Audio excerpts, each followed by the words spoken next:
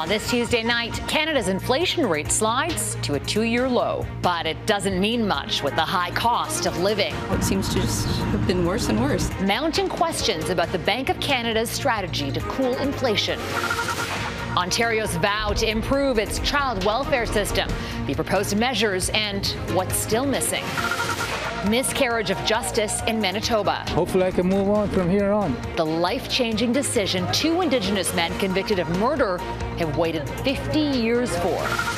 And Castaway. Oh, I'm feeling all right. How this man and his dog miraculously survived weeks lost at sea. Global National with Donna Friesen. Reporting tonight, Farah Nasser. Good evening to you. Thank you for joining us. There is an encouraging sign about the cost of living in Canada. Our annual inflation rate fell again in June, putting it in the country's target range for the first time in years. But it's not all good news. First, the numbers. Inflation dropped to 2.8%, down from 3.4% in May, and that's more than many analysts expected. In fact, it's the lowest it has been in more than 2 years, and it marks a substantial decline since its peak last June at 8.1%. Lower gas prices are the main driver, pushing inflation down. But, and there is a big one, the cost of groceries and mortgages are up yet again, sharply, pushing the rate even higher. Just days ago, the Bank of Canada hiked interest rates for the 10th time in 16 months, and many Canadians are still struggling to afford the basics. Touria Izri has our top story tonight. Gas prices may be cheaper, but with the cost of living so high, the savings may not count for much. I'm not too happy about it, but at the end of the day, we're doing what we can to get through. I try to work from home certain days just so that I don't have to fill my tank like every week. The annual inflation rate dipped below 3% last month, the lowest level in 2 years. It's come down significantly over the past year, but it's also largely reflecting the impact of energy prices and how much they've fallen over the past year. Food prices have not fallen. They're up 9.1% from this time last year. The burden can feel even heavier for Canadians struggling to pay the grocery bill. That's horse manure. I'm sorry. It's more like 50%. It seems to just have been worse and worse. Every bag of groceries seems to get higher and higher. Last week, the Bank of Canada announced its 10th interest rate hike in just over a year. If we don't do enough now, we'll likely have to do even more later.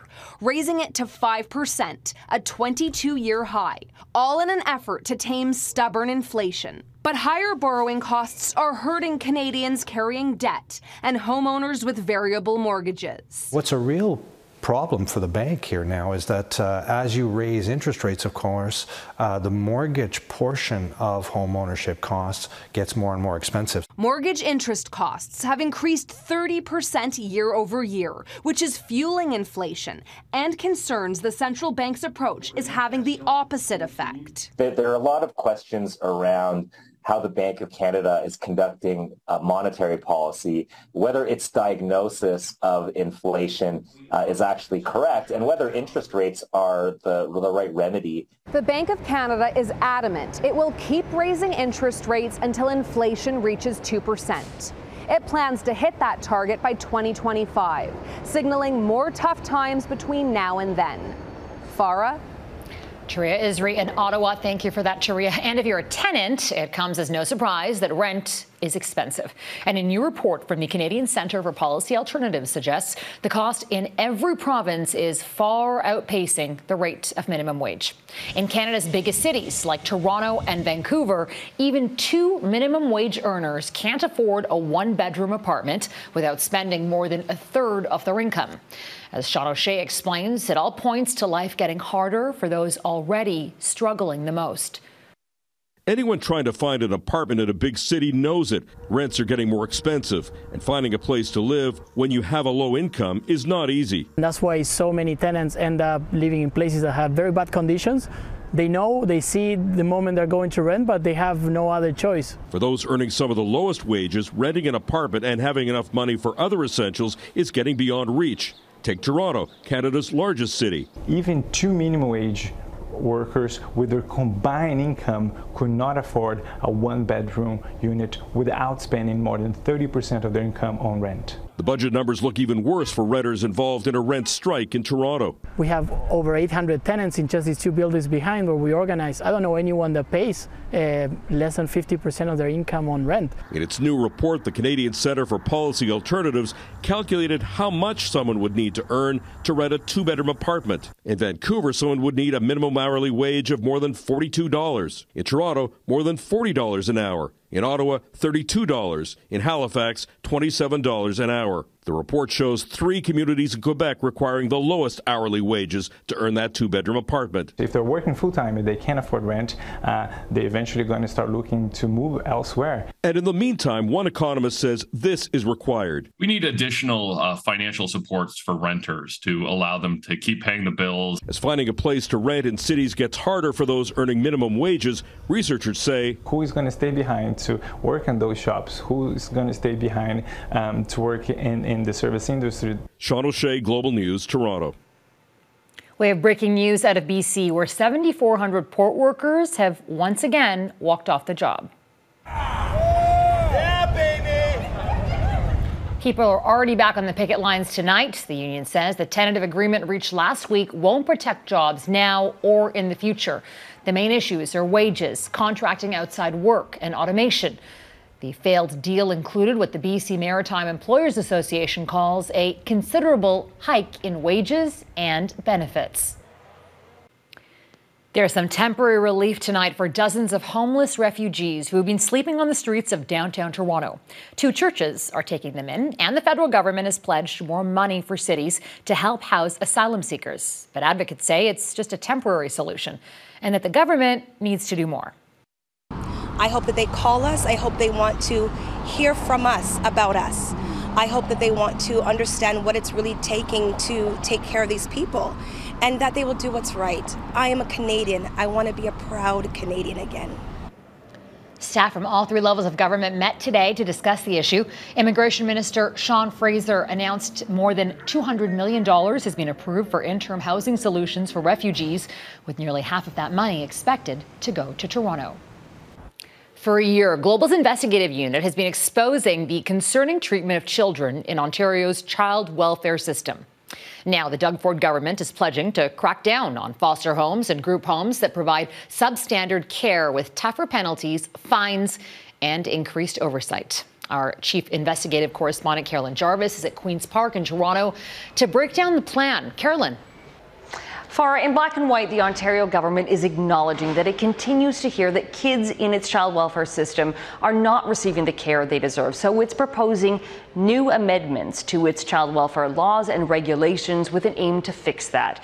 This comes after we brought forward repeated serious concerns from whistleblowers and workers inside the system, as well as youth who said they lived in rundown homes without enough food. They slept on soiled mattresses and were forcibly restrained by workers without justification.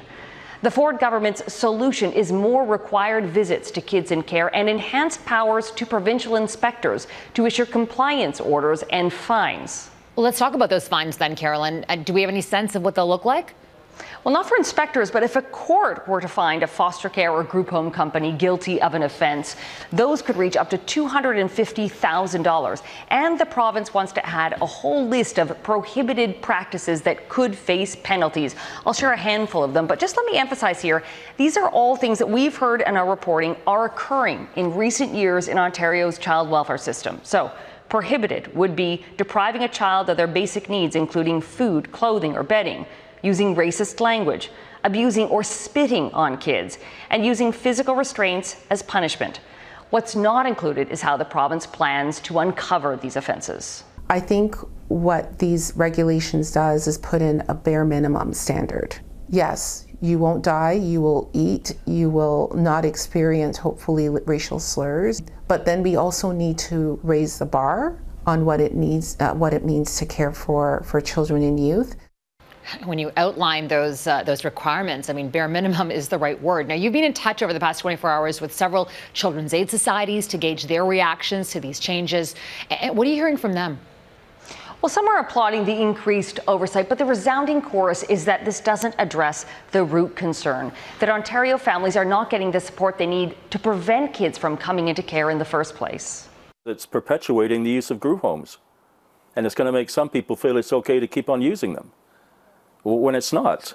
These kids should be in their own communities, or at the very least, they should be in their community hubs. The government has now opened a feedback period. If the proposed changes are passed, they won't take effect until January. Farah? Carolyn Jarvis, incredible work you've done on this file. Thank you. That's Carolyn Jarvis at Queen's Park in Toronto. To the climate crisis now, where millions of people around the world continue to struggle with extreme heat.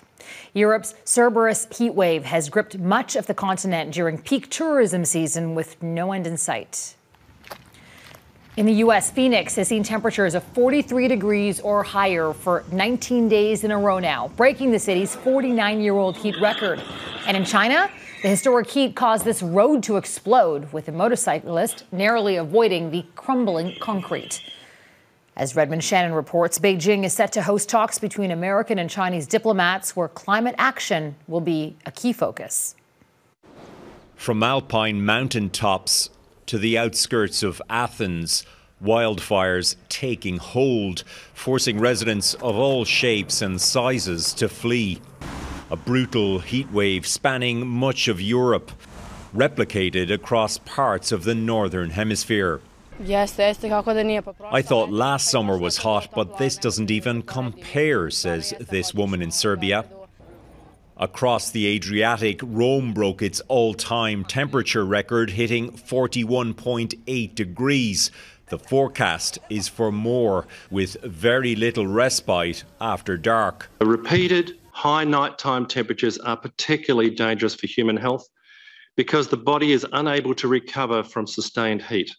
Half the world away parts of China are baking too, a record 52 degrees recorded on Sunday, as other areas battle typhoons, likely intensified by the warming planet. US climate envoy John Kerry is in Beijing for climate solution talks with China. So the imperative of our two countries coming together and working and showing the rest of the world how we can cooperate.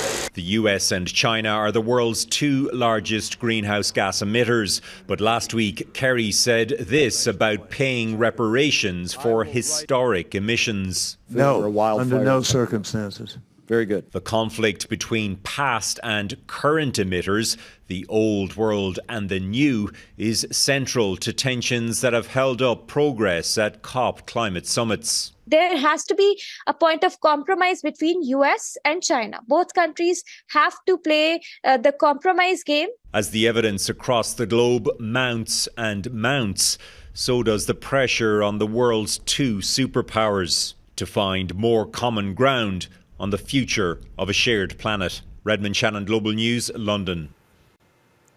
Righting a horrible wrong 50 years in the making. Coming up, 2 Indigenous men wrongfully convicted of murder finally have their names cleared.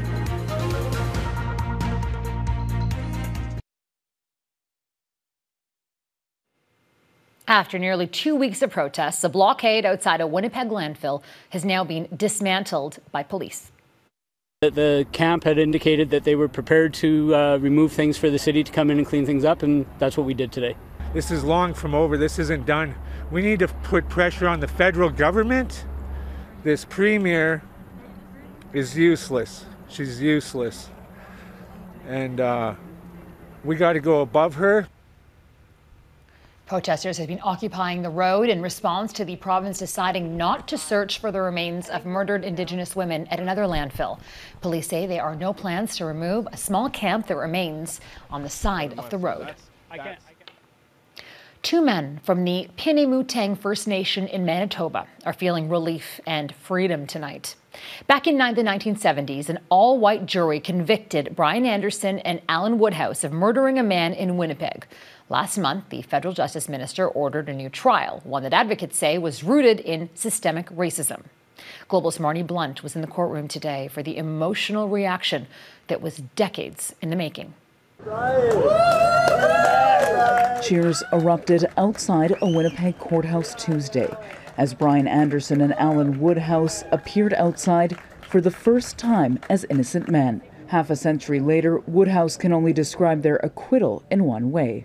Well, I feel free. Manitoba Chief Justice Glenn Joyal officially acquitted the pair, convicted of murder in the death of Ting Fon Chan, who was stabbed to death in Winnipeg in 1973. Justice Joyal saying to the men in court, "You deserve to hear two things very clearly. You are innocent and you deserve the acquittal I'm happy to enter. You also deserve an apology." Words Anderson and Woodhouse have been waiting 5 decades to hear. It's been a long time coming, so I'm glad that it's here already and it's dealt with.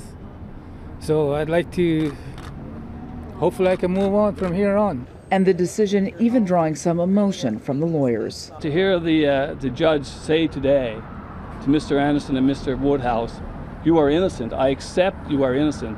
Those are amazing words to lawyers like us to hear a judge directly state to two people who've been fighting a battle for more than 50 years. It's absolutely amazing.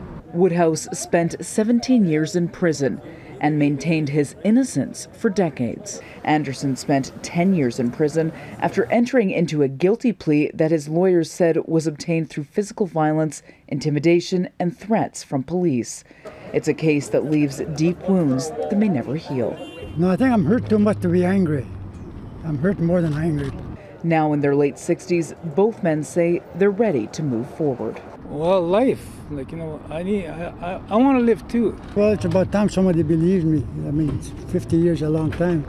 When asked about potential compensation, the lawyers said that would be determined at a later date and that Innocence Canada will have more to say on their next steps on Wednesday, adding that today is about Anderson and Woodhouse finally having their innocence recognized and that hopefully they can begin the process of replacing whatever anger they may have with joy. Farah? Marnie Blunt in Winnipeg. Thank you, Marnie. Potential prosecution ahead, why former U.S. President Donald Trump could be facing another round of criminal charges.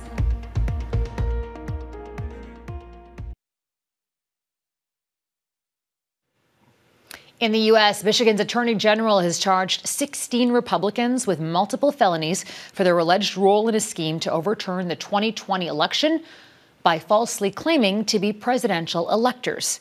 They're accused of signing paperwork that said Donald Trump won that state. And now Trump himself says he's on the verge of being indicted in a third probe over the January 6th attack on the U.S. Capitol. And as Jackson Prosco reports, criminal charges against the former president could be imminent. It was a violent attempt to keep a defeated president in power. For the first time, Donald Trump is staring down the prospect of criminal charges for his alleged schemes to overturn the election he lost, from a slate of fake electors to the attack on January 6th. We will never give up. We will never concede. It doesn't happen. You don't concede when there's theft. Trump says he received a target letter from special counsel Jack Smith, indicating he's a focus of the investigation. He's invited to appear before a grand jury, a sign he's likely to be indicted. I think he's going to say, look, the cake is baked at this point. The special counsel is going to bring charges. There's no point in my testifying before a grand jury. All it could do is potentially lead to a perjury charge. Potential charges could include conspiracy to defraud the United States and obstruction of an official proceeding. Despite his impeachment, a congressional investigation, and seditious conspiracy convictions against January 6th rioters, Trump continues to claim it's all political. They want to interfere with the election. But his legal troubles run deep. Trump already faces 37 federal charges brought by the special counsel over the highly classified documents recovered from his Florida home. A court hearing Tuesday began work to set a date for Trump's looming prosecution in that matter. If a grand jury votes to indict Trump over January 6th, the charges will likely be brought here at a courthouse just steps away from the very Capitol building that came under siege. And unlike in Florida, a jury here in Washington is less likely to be sympathetic to the former president. Jackson Prosco, Global News, Washington.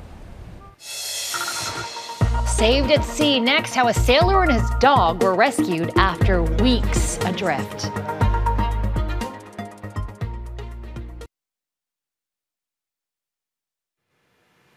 Now to a remarkable story of survival that played out on the Pacific Ocean. An Australian sailor and his dog are safely back on land tonight after being lost at sea for weeks, where they battled exhaustion, despair, and hunger. Mike Armstrong has the details behind this made-for-Hollywood journey and rescue. It was supposed to be a bucket list experience. Tim Shaddock set sail from La Paz, Mexico back in May. It was supposed to be just him and his dog Bella on a 10-meter catamaran. It wasn't supposed to end like this. Okay, can I get your name, please? Tim Shaddock. Okay, where are you from? I'm from Australia. He looks a little bit worse for wear, but he's alive. Australia's 9 News has obtained video shot by Shaddock's rescuers when they found him last week, nearly 2,000 kilometers from shore. He and Bella survived for 2 months on rainwater and raw fish.